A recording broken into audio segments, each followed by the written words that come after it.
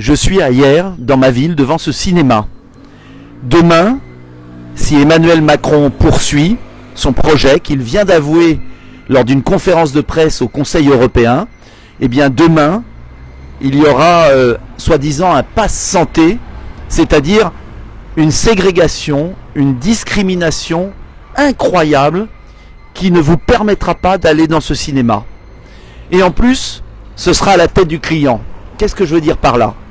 C'est que mettre en place un passeport sanitaire, un passeport vaccinal, c'est en vérité inefficace, impraticable et dangereux. Et je veux bien insister sur ces 3 points. Impraticable et inefficace, pourquoi? Parce que d'abord, tous ceux qui ont eu le Covid, qu'est-ce qu'on en fait? Les millions de Français qui sont immunisés pour le moment, doivent-ils se faire vacciner? Cela veut dire qu'on va payer une immunité artificielle pour remplacer une immunité naturelle? Cela veut dire que si vous ne refaites pas un vaccin, en plus de votre immunité naturelle, vous n'aurez pas le droit d'aller au cinéma, au restaurant? C'est absolument scandaleux. Deuxième point, tous les jeunes qui peuvent avoir le Covid mais qui ne risquent rien, le bénéfice du vaccin est nul, mais les risques, qui existent toujours pour un vaccin, surtout qu'on n'a aucun recul, sont immenses. Cela veut dire que cette mesure va obliger les jeunes et les enfants à être vaccinés, alors qu'il n'y a pas besoin de les vacciner. Et puis le troisième point qui montre l'inefficacité, l'absurdité de cette mesure, ce sont les variants. Vous savez tous qu'aujourd'hui, le vaccin n'est pas valable pour le variant sud-africain. Cela veut dire que on n'aura jamais toute la population vaccinée au même moment pour le même variant. La preuve, c'est que Moderna, qui fournit un vaccin, est en train de préparer déjà la 3e dose.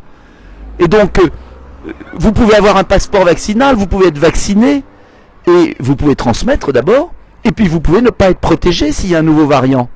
Et donc, on est en train de mettre en place une ségrégation, une obligation d'un passeport vaccinal, alors même que le vaccin ne protège pas systématiquement tous les habitants. Mais au-delà de l'inefficacité, de l'impraticabilité du système, on voit bien ce qui est derrière. Derrière, c'est le fichage généralisé des Français. Cela veut dire que vous devrez avoir un QR code, un téléphone portable, que vous ne pourrez aller nulle part sans être fiché, sans qu'on connaisse votre dossier médical.